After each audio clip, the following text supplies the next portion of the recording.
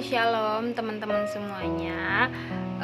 Di live kali ini aku mau sharing tentang sesuatu mengenai mungkin pandemi yang lagi kita alami ya, lagi kita hadapi sekarang ini. Beberapa waktu lalu aku sempat live sama teman-teman di God Center Community, cuman memang videonya tidak bisa terupload entah kenapa. Jadi aku memutuskan untuk kayak satu kali lagi record, tapi aku pikir aku langsung live aja. Jadi nanti video live ini aku akan save dan posting di IGTV dan juga nanti di YouTube-nya God Center Community atau mungkin di YouTube aku pribadi gitu ya. So teman-teman, ada beberapa hal yang sebenarnya aku nggak suka untuk ngebahas tentang politik atau mungkin kayak keresahan tentang COVID, vaksin.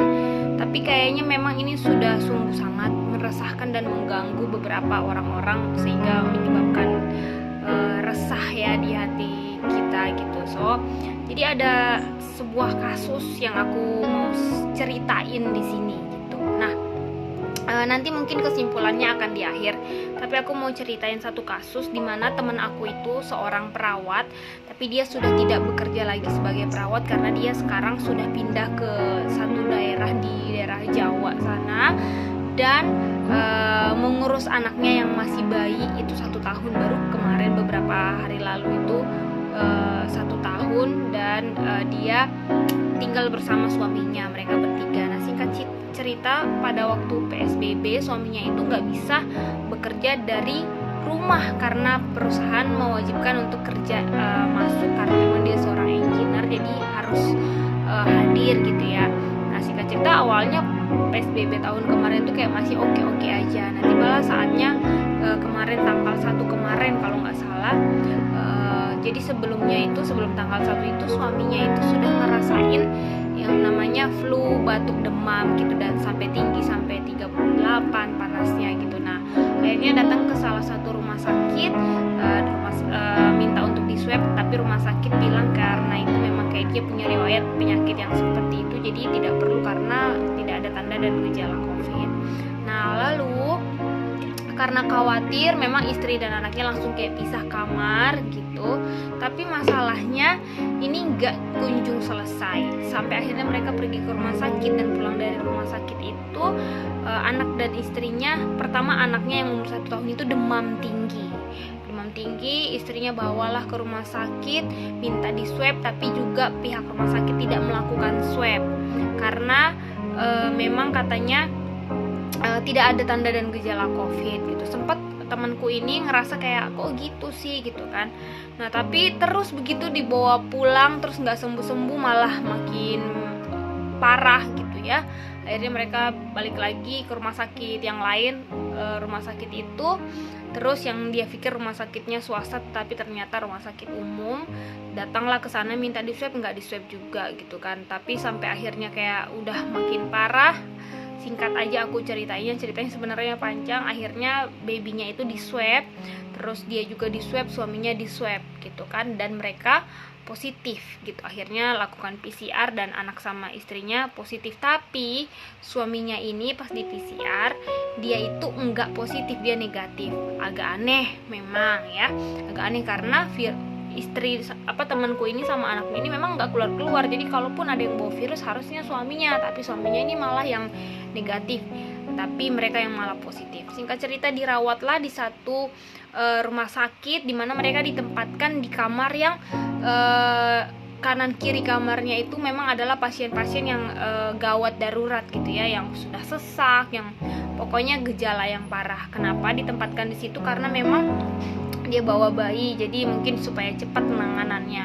Nah, tapi jadi tanggal 1 kemarin itu masuk di rumah sakit itu, dia masih sebagai pendamping bayi gitu kan. Tapi pada hari ketiga atau hari keempat kalau nggak salah, akhirnya temanku ini juga dinyatakan sebagai pasien COVID. Tapi dari pertama masuk sampai kemarin mereka pulang itu kalau nggak salah 2 hari lalu gitu ya, itu tidak diberikan infus, tidak diberikan obat antivirus atau apapun, hanya diberikan vitamin gitu. Sementara temanku ini dengar pada waktu diperiksa oleh dokter bilang harus dikasih antibiotik setiap hari gitu kan, berkala. Tapi enggak, memang ada beberapa kali katanya suster perawat masuk untuk memberikan obat suntikan yang harus disuntikan ke selang infus. Tapi masalahnya dia nggak diinfus. Tapi waktu di perawat itu datang, memang dia dalam keadaan tidur. Nah, secara logika seharusnya kalau memang obat itu diberikan untuk temanku dan anaknya itu, harusnya suster bertanya gitu kan, mengkonfirmasi. Tapi enggak, sampai akhirnya mau pulang itu. Nah, ceritanya di dalam rumah sakit itu kanan kiri itu setiap hari temanku itu menyaksikan bagaimana orang minta tolong, ke sesak nafasnya sampai akhirnya dia menghembuskan nafas terakhir. Nah, sampai dia dengar perawatnya panggil bu, ibu gitu. Tiap hari katanya sampai gitu, tolong saya sesak gitu. Nah, yang disayangkan sini adalah tenaga medis yang terdapat di rumah sakit itu sangatlah tidak kooperatif gitu. Jadi juga mereka tidak pernah mengunjungi secara rutin gitu. Nah, temanku berpikir, ya puji Tuhan karena dia tidak ada gejala berat, dia masih bisa kalau ada apa-apa tanya ke suster, ke perawat. Tapi bagaimana dengan yang sesak gitu? Jadi seakan-akan tenaga kesehatan ini udah kayak tunggu matinya aja lah, begitu menurut temanku ini gitu kan. Sampai akhirnya dia berusaha untuk bagaimana, gak ada satu hal pun yang bisa kayak diharapkan dari rumah sakit itu. Sampai akhirnya dia memutuskan udah berserah sama Tuhan. Akhirnya dia bilang sama aku pada waktu itu, Ci, aku menyerahkan semuanya sama Tuhan. Ada banyak hal yang aku serahkan sama Tuhan. It's mean tadinya dia masih pegang kendali atas hidupnya, atas anaknya. Dia punya riwayat TB gitu. Jadi dia tuh sangat takut sebenarnya, apalagi dengan kondisi kamar bilik satu dan yang lainnya itu meninggal setiap hari. Dia bertanya sama Tuhan apakah ini akan menjadi akhir hidupnya, apalagi dia bawa baby ya. Dan di saat itu yang buat dia sedih juga sekali itu adalah ulang tahun anaknya yang pertama, dimana seharusnya mereka merayakan. Nah, singkat cerita sampai akhirnya pulang, dia dikasih obat suntikan kalau nggak salah 6 atau 4 gitu. Nah, dia tanya, selama ini saya nggak pernah dapet sus gitu, saya nggak pernah dapet, kenapa tiba-tiba begini segala macam. Dia konfirmasi ke bagian resepsionis. Nah, tiba-tiba pihak rumah sakit mengkonfirmasi, entah itu apa ya, maksudnya mereka buat aja gitu karena udah terlanjur salah atau gimana. Bilangnya begini, bagian pihak yang apotekernya memang kasih obatnya itu pukul rata. Jadi memang ibu tidak dapat sebenarnya obat suntikan itu, tapi karena dipukul rata untuk semua pasien COVID, jadi apa namanya, dikasih gitu. Tapi sebenarnya bukan buat ibu gitu.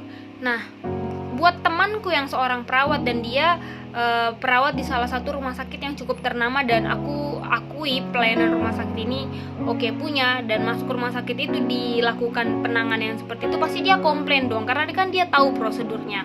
Maksudnya gini loh, sekalipun orang sama-sama punya penyakit COVID, nggak bisa dipukul rata ya gitu kan, dosisnya atau apa segala macam nggak bisa main dipukul rata. Sedangkan kita yang isoman aja, kita juga harus tetap pakai resep dokter gitu, kok bisa gitu. Jadi temanku ini berpikir ya itu cuman alasan aja untuk membenarkan tindakan dan perilaku mereka gitu. Nah, akhirnya temanku ini udahlah, nggak bisa bikin apa-apa lagi. Intinya rumah sakit bilang kayak gitu, dan selama mereka dirawat di sana tidak pernah dikasih apa-apa, dan mereka ya pas tes swab itu akhirnya udah negatif, tapi masih harus isoman di rumah lagi gitu kan.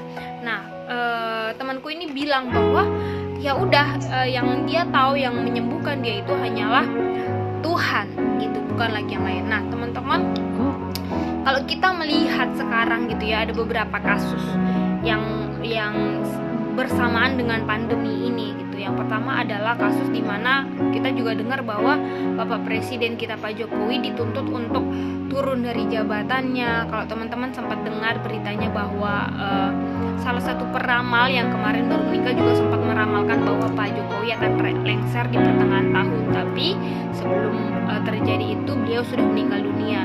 Dan Bapak Pendeta Gilbert Lumendong sempat membantah, bahkan mengajak kita semua untuk sepakat memberkati bangsa kita, bahkan presiden kita gitu ya.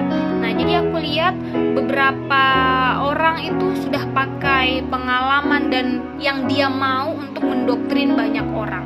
Yang pertama adalah aku mau angkat bahwa sebagai anak Tuhan, kita tuh nggak berhak untuk kayak bilang pemerintah kita nggak benar, nggak becus segala macam. Memang mungkin kita merasanya kayak aduh lambat banget pemerintah nih, begini segala macam. Dan ada orang yang bilang begini, Indonesia nih begini segala macam, banyaklah mengutuki bangsanya sendiri. Tapi teman-teman coba deh kita cek ya. Kemarin aku mencoba mempelajari ya bagaimana orang-orang di luar negeri itu dari anaknya umur 2 bulan itu mereka sudah diajarkan berhitung. Bayangkan aja teman-teman, mereka udah belajar. Nah, anak di Indonesia usia 5 tahun atau 6 tahun belum boleh masuk sekolah, harus 7 tahun.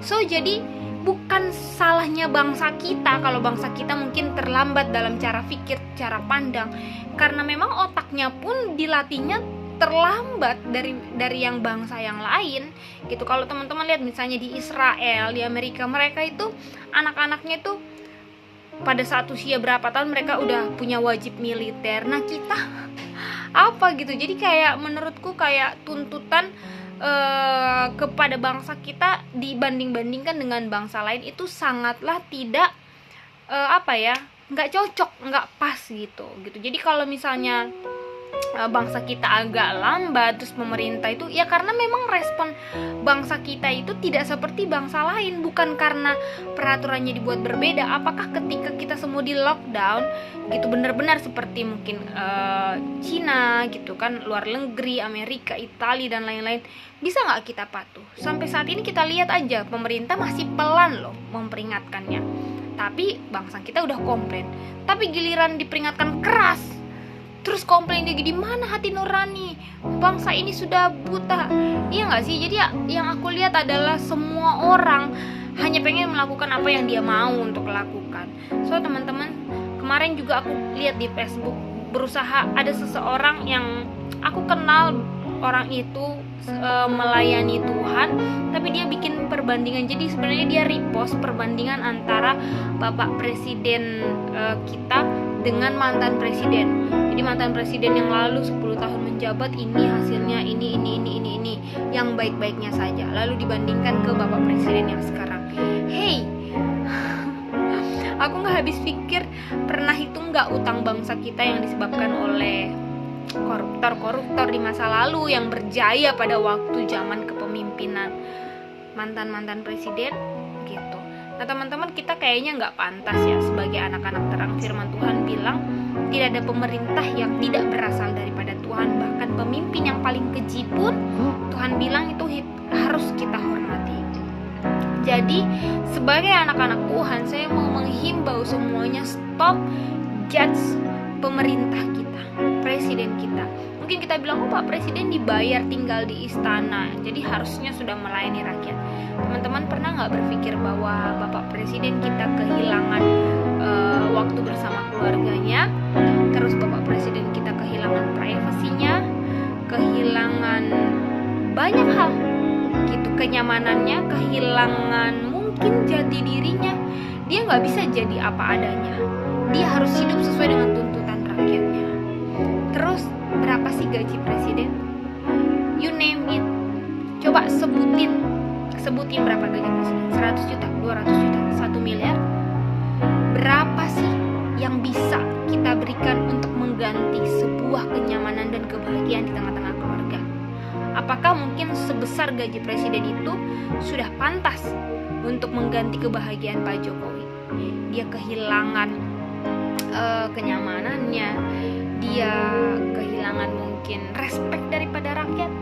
Dulu kita semua mengeluhkan luar biasa ya turun ke jalanan. Sekarang mungkin ada banyak hal yang kurang, tapi bukan semata-mata itu karena kesalahan presiden dan pemerintah. Kita nggak pernah ada di sana, ada di pemerintahan sana secara benar-benar. Sedangkan kita berteman aja, berkomunitas, kita sering salah paham karena kita nggak mengenal dengan detail. Teman-teman, kita ngurus rumah tangga kita aja kadang masih bisa berantakan. Kita ngurus mungkin kantor kita, ngurus bisnis kita, bahkan ngurus diri kita sendiri kita belum bisa loh. Belum bisa perfect. Pernah bayangin gak sih Bapak Presiden itu ngurusin satu negara dengan jumlah penduduk yang banyak. Indonesia itu luas, banyak banget, dan semuanya susah diatur. terus kita mau tuntut lagi beliau. Teman-teman, masalah bantuan, mungkin kita komplain, bantuannya nggak nyampe, komplain ke Pak Presiden, komplain tag ke Pak Presiden. Saya sangat menyayangkan hal-hal seperti ini juga dilakukan oleh hamba-hamba Tuhan. Nah, teman-teman, jadi menurut saya sebagai warga negara yang baik, dan kalau kita mengaku hamba Tuhan dan pelayan Tuhan, kita nggak punya hak untuk komplain-komplain pemerintah kita. Mereka pasti memikirkan juga jalan yang terbaik buat bangsa kita, walaupun mungkin kita ngelihatnya nggak baik nih buat kita gitu. Yang kedua adalah mengenai penanganan rumah sakit. Banyak yang komplain, di rumah sakit orang malah mati, di rumah sakit begini begitu segala macam. Teman-teman, ada orang yang kesaksian, enggak kok, saya ditangani di rumah sakit dengan baik, dikasih obat ini. Coba lihat postingan-postingan di Wisma Atlet ya, bagaimana saudaraku ada yang dirawat di sana, ditangani dengan baik gitu kan. Kenapa itu nggak diangkat? Kenapa yang buruk-buruk tentang perawatannya diangkat? Saya mendengar kesaksian teman saya itu, saya percaya karena dia teman saya, nggak mungkin bohong. Dia juga bukan mau kayak gimana, dia cuma mau cerita. Tapi pernah nggak sih berpikir kalau cuman kasus itu yang kita angkat ke permukaan tanpa kita membuatnya netral gitu ya? Kita juga harus melihatnya, nggak boleh secara dengan kacamata kita sendiri gitu. Lihat juga dari kacamata orang lain.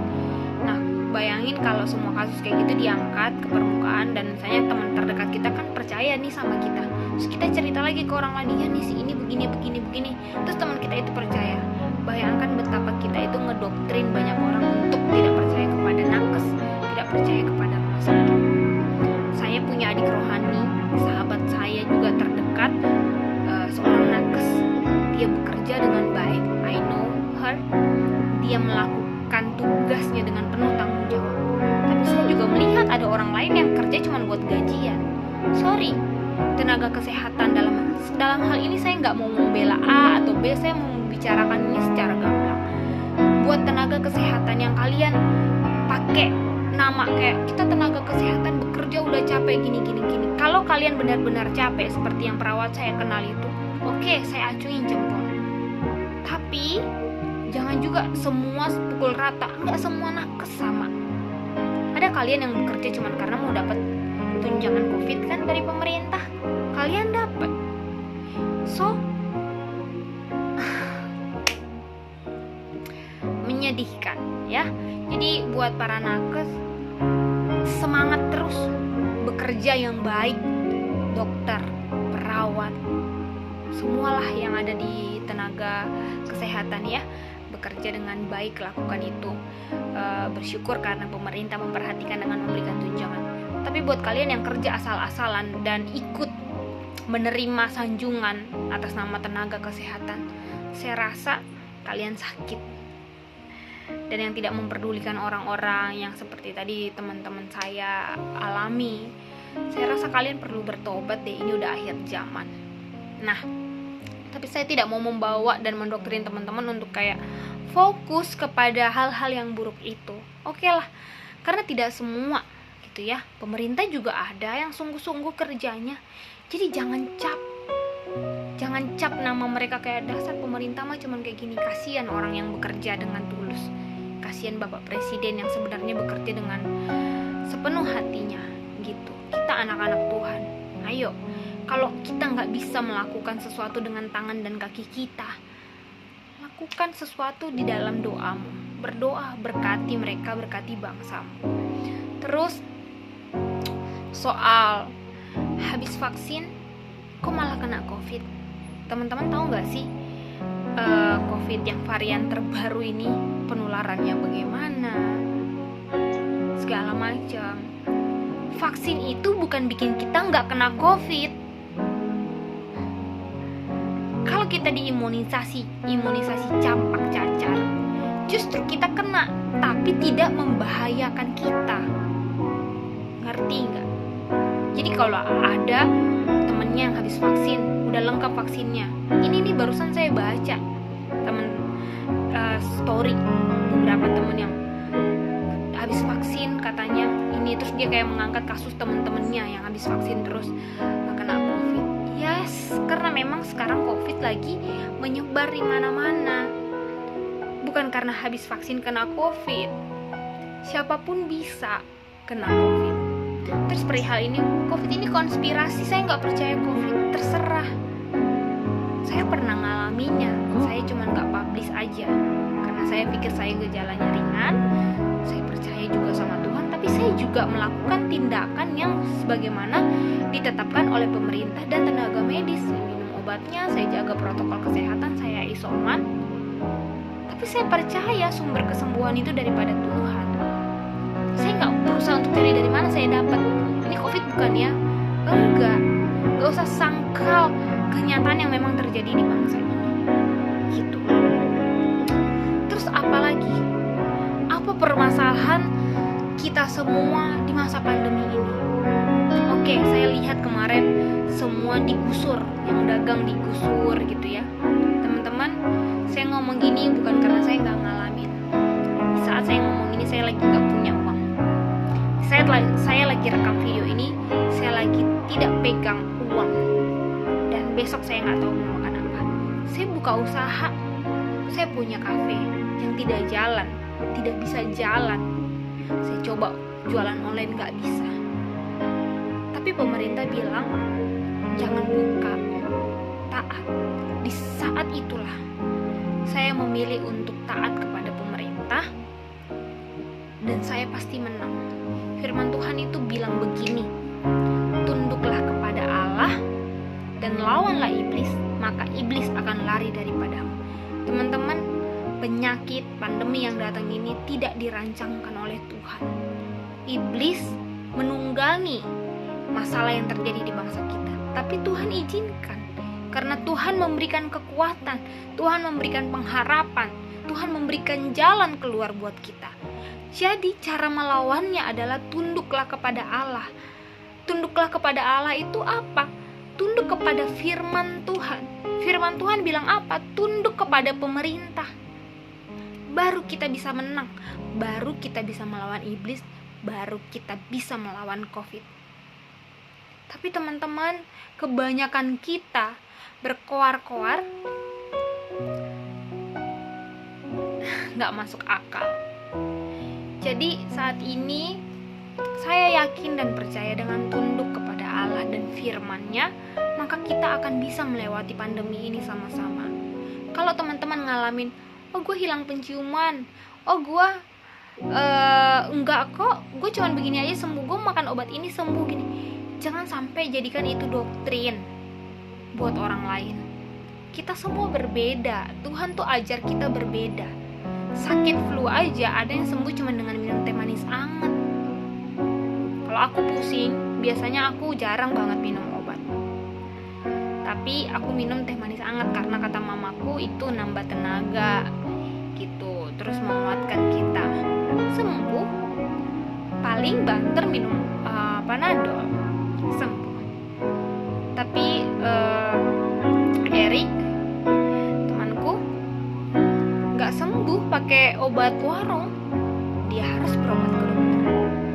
Jadi berbeda. Ada yang karena COVID, jangan bilang kayak gini, jangan takut sama COVID itu biasa aja, buktinya gue biasa aja. Iya, daya tahan tubuh semua orang beda. Please be smart.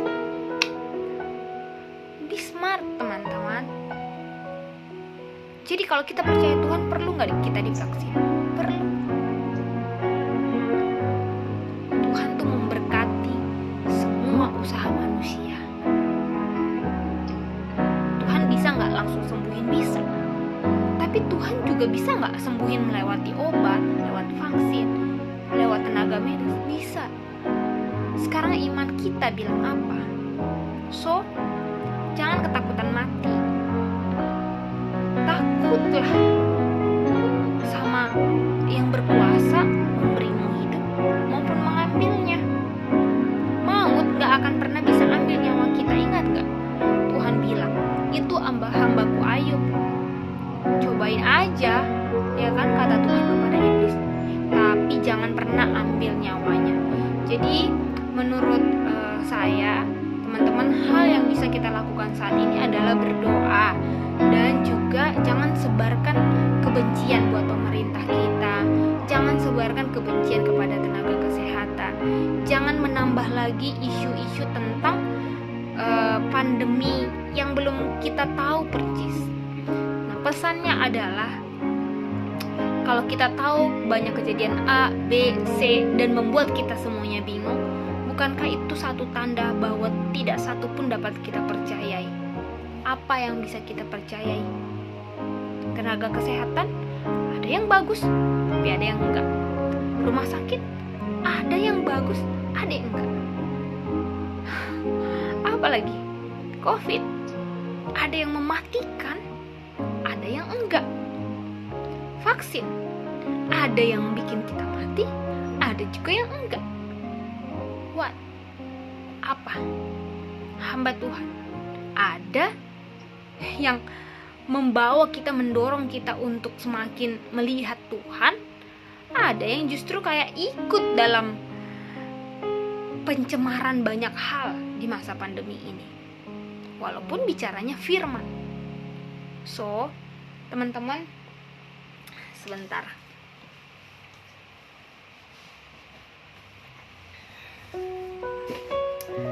Ini Alkitab. Alkitab saya udah jelek, teman-teman. Ini keluar dari mulut Allah, dari para rasul, murid-murid, hamba-hamba Tuhan. Ini yang dibaca, ini yang didengarkan, ini mungkin akan ditafsirkan oleh banyak hamba Tuhan. Mereka berkhotbah bawanya firman Tuhan ini, tapi belum tentu benar demikian seperti yang mereka katakan. So, teman-teman, hari ini tidak ada satupun yang dapat kita percaya. Waktu kita kena masalah, teman kita bisa bilang A, teman yang lain bisa bilang B. Pendeta yang satu bisa bilang A, pendeta yang lain bisa bilang B. Tenaga kesehatan ini bilang ini, dokter ini bilang itu. Sama-sama dokter. Kita lihat sekarang ada dokter Louis, ada dokter Tirta, ada dokter apa lagi yang speak up tentang pandemi. Semuanya berbeda kan? Sekarang gak ada yang bisa kita percaya. Terserah mau pandemi atau COVID ini adalah konspirasi atau tidak, tunduk kepada Allah. Maka iblis akan lari daripadamu. Tunduklah kepada firman Tuhan, teman-teman. Firman Tuhan yang mana? Bukan firman Tuhan yang kata temanmu, bukan firman Tuhan yang kata pendetamu dan gembalamu. Hormati mereka, dengarkan nasihat mereka, tapi terus baca. Di dalam Alkitab ini, dalam firman Tuhan inilah kita bisa dengarkan suara Tuhan. Kita bisa tahu apakah kita harus vaksin atau enggak, apakah kita harus isoman, apakah kita harus pakai iman kita percaya Tuhan nyembuhkan, atau kita harus cari tenaga medis. Gak ada yang bisa kita harapkan. Kita harapkan rumah sakit, ternyata kita ketemu rumah sakit yang justru bawa kita semakin sakit. Kita percaya kata orang, kita bingung. Nah, di saat ini saya cuma mau bilang, kita gak bisa ngejudge siapapun, apalagi ngejudge pemerintah kita. Ngurus diri kita, ngurus bangsa kita itu, ngurus keluarga kita aja kita belum tentu becus. Jadi jangan coba-coba untuk komplain pemerintah. Hari-hari ini doakan mereka, doakan tenaga kesehatan, doakan bangsamu. Jangan bandingkan bangsa Indonesia dengan bangsa luar. Cara mulai dari kita lahir aja sudah berbeda dengan mereka. Teman-teman tahu gak sih kalau di luar negeri anak baru lahir, baby mereka tuh udah tidur sendiri. Di bangsa kita enggak, sampai SMP masih tidur sama emaknya. So kita bilang, kayak luar negeri dong, kayak luar negeri dong. Gi, sana ke luar negeri. Kita punya pilihan bebas. Luar negeri juga menerima kok kalau kita mau pindah ke warga negaraan, tinggal diurus surat-suratnya. Jangan komplain gitu. Jadi saya mau ajak teman-teman yang ngakunya hamba Tuhan, yang ngakunya pelayan Tuhan dan anak-anak Tuhan, ayo, jangan lagi doktrin banyak orang. Jangan lagi doktrin banyak orang hanya berdasarkan apa yang kamu dapat. Kalau memang yang kamu dapat dari Tuhan adalah jangan vaksin, ya sudah, jangan jadikan itu doktrin. Terus apalagi yang bilang ada chip ya. Saya percaya ini akhir zaman. Saya percaya juga antikris itu ada. Saya percaya ini adalah tanda-tanda daripada akhir zaman. Tapi siapa yang tahu percis? Siapa yang tahu percis? Di mana? Apa bukti? Bukti konkretnya nggak ada yang bisa mengungkapkannya. Teman-teman, Tuhan itu baik. Selama kita turut akan firman-Nya, selama kita nggak mengotori hati kita dengan berpandangan buruk dan negatif tentang orang lain, maka aku percaya kita akan aman dalam lindungan Tuhan. Dan kalaupun kita harus mati, kalaupun kita harus berpulang mau karena COVID atau enggak, ya, itu semua udah ada dalam rencana Tuhan. Jadi yang perlu kita pastikan sekarang bukanlah apakah COVID ini konspirasi atau bukan. Yang perlu kita pastikan sekarang apakah orang bisa sembuh karena obat COVID atau karena iman, bukan. Yang perlu kita pastikan sekarang apakah hidup kita sudah berkenan sehingga kalaupun kita dipanggil Tuhan, kita sudah tahu kemana tujuan hidup kita. So, teman-teman, mari kita menjadi rakyat yang pintar, umat yang taat, punya telinga yang dengar-dengaran